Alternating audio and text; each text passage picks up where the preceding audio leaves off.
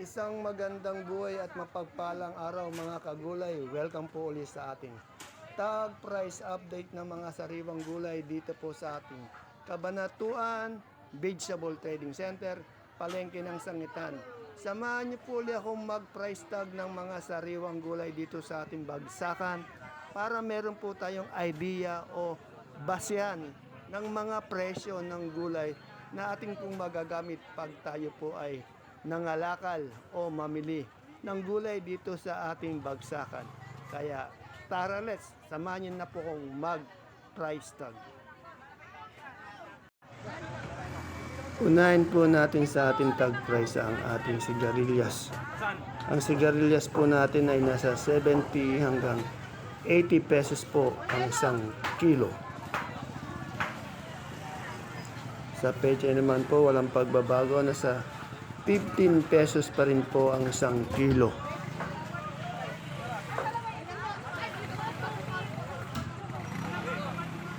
Sa ating mustasa po, nasa 35 pesos ang isang kilo. Mas mahal ng kaunti sa pecha.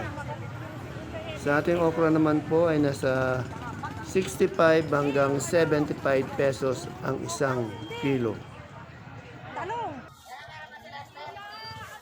Sa ating pong dahon ng sili, ayan po yung damonyo na dahon, nasa 30 hanggang 40 pesos po ang isang kilo.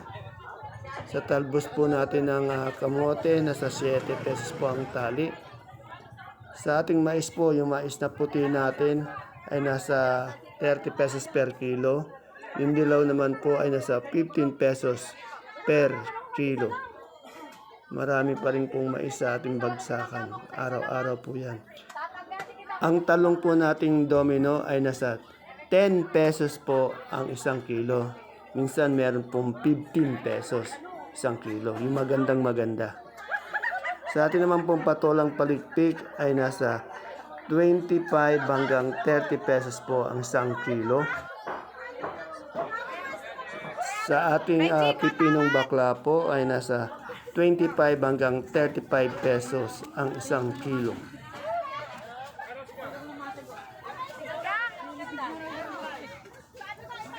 Yung ating sitaw po wala pa ring pagbabago, hindi pa rin umangat, nasa 30 hanggang 50 pesos ang isang tali o isang big kiss. Sa ating kalamansi po, yung pinaka-jumbo, yung quality, nasa 2,003 po. Yung good po, 2,000 isang bundle. Yung lagyay po, 1,002. Yung semi, 1,006. Sa ating pong turo ay nasa 30 pesos po ang isang kilo.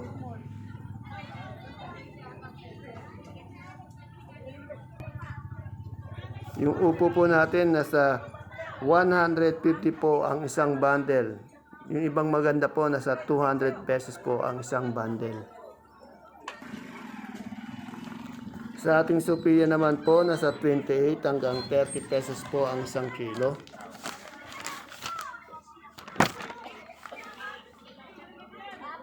At yung ating talong, wala pa rin siyang pagbabago, nasa 15 hanggang 20 pesos po ang isang kilo. Napakarami po o bumabahan ng talong sa bagsakan. Ayan po yung ating daon ng sili na demonyo ay nasa 30 hanggang 40 pesos po ang isang kilo. Sa atin naman pong patolang kinis ay nasa 20 to 25 pesos isang kilo. Sa ating kamote naman po, yung quality po natin na Taiwan Sea ay nasa 45. Yung ubi po, 45. Yung dilaw po, 35. Yung puti po, 30 pesos po per kilo.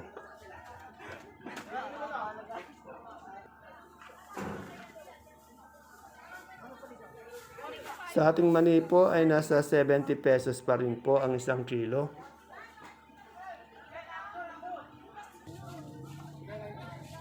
At yung ating gabing galyang na puti, pati na pula, ay nasa 38 pesos ang isang kilo.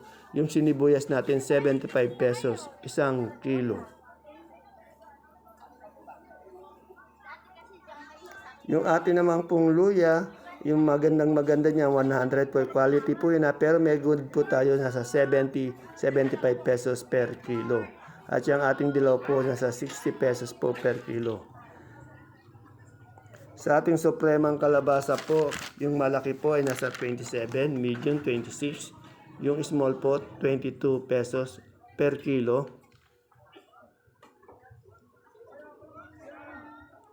Puro asking price lamang po yung sinasabi natin na walang final price. Ayan po yung ating bonitong ampalaya, 30 hanggang 40 pesos po per kilo.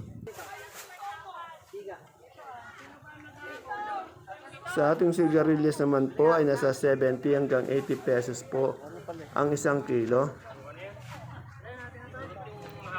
Sa ating ampalaya po, 60 hanggang 70 pesos po per kilo. Sa kamatis po natin may pag-angat ng bagya. Meron pong 17, 18, 20 pesos po per kilo. Yung good na good po yun ha. At yung ating pong siling panigang may pag-angat din po nasa 30 to 35 pesos per kilo. Sa ating sultan naman po, nasa 80 hanggang 90 pesos po ang isang kilo. Yung malalaki po yan ha. At yung sa ating naman pong siling Taiwan, may pag-angat din ng konti, nasa 70 hanggang 80. Take note, 80 to 90. 80 to 90 pesos po per kilo. Umabot na po ng 90. Yan po yung ating kalamansi. Yung good na good po niya, nasa 2,000 lang po. Pero yung jumbo po niya, nasa 2,300. Lagi ay 1,002, semi 1,006. Depende po sa quality ng kalamansi. Basta maganda angat. Sa ating gulay bagyo po yung repolyo po 250 po ang isang bundle.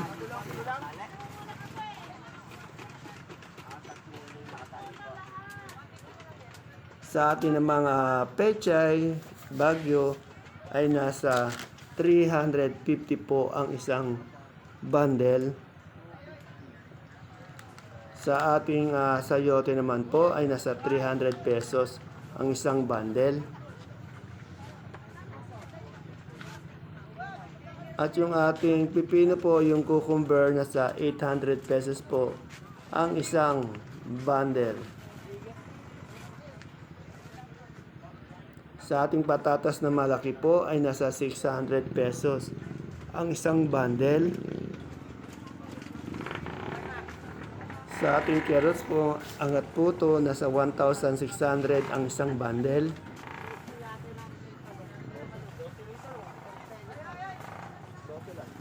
Sa broccoli naman po, ang isang kilo ng broccoli natin sa bagsakan ngayon ay nasa 60 pesos isang kilo. At sa ating cauliflower, medyo angat po siya.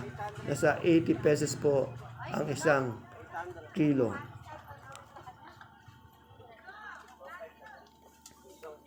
Sa ating red bell naman po ay nasa 180 pesos ang isang kilo. Naubos na po yung green bell nila nung nagpunta ako sa pwesto nila ay nasa 250 po ang isang kilo. Sa ating lettuce po, yung ating green ice po ay nasa 100, yung romaine 120 pesos per kilo. Lettuce po yun green ice and romaine. Yung butchoy po natin nasa 100 pesos lang po isang kilo. Yan ating pong leeks na yan nasa 140 at yung ating celery po nasa 120 per kilo. Leeks, celery po yan. Yung ating sibuyas na puti po, yung 10 kilo na red bag na malaki ay nasa 350. Yung good size po ay nasa 300. 10 kilo po isang red bag niyan Sa ating pula naman po, 380 yung big. Yung good po, 420 pesos ang isang red bag o 10 kilos. Sa ating pong super white, nasa 440 po ang isang bag or yung 5 kilos. Sa ating kanso po ay nasa 450 po ang isang bag or 5 kilos. Yung munggo po natin, angat na angat po, no? Nasa 3,400 po ang isang sako o 25 kilos.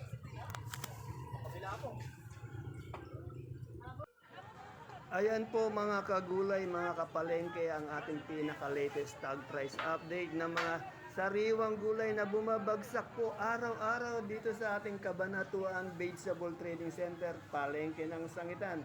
Sana po mapanood niyo po ang ating video sa umaga para po meron tayong idea at basihan sa mga presyo ng gulay nating pong magagamit yan pag tayo po'y nangalakal dito.